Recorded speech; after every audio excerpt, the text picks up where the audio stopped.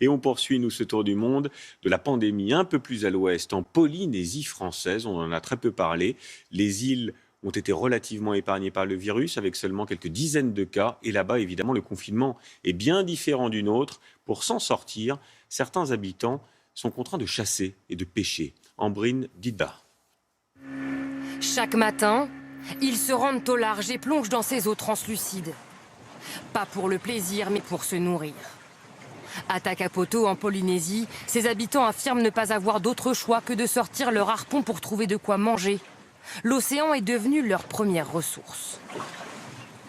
Pendant le confinement, on est parti à la pêche pour pouvoir manger et pouvoir nourrir aussi la famille. Comme vous voyez, nous n'avons pas beaucoup de moyens.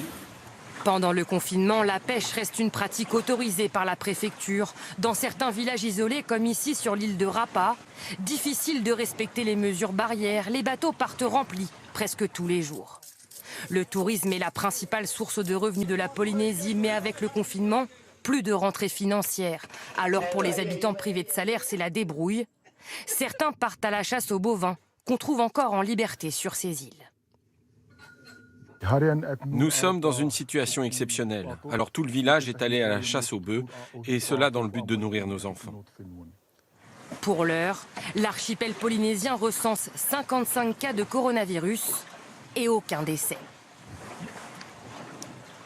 Et après la Polynésie, direction les Antilles, où le virus est très limité également. Seuls 145 cas enregistrés. Bonsoir Caroline Bablin.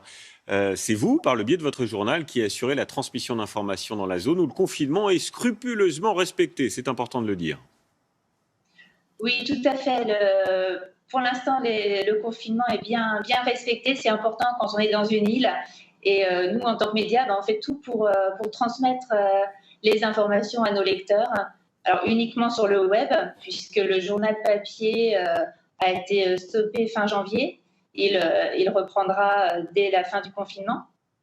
Mais donc, on essaie de relayer au maximum l'information pour que les gens restent chez eux. Et puis, relayer aussi toutes les actions solidaires qui sont très nombreuses sur l'île. Très, très nombreuses.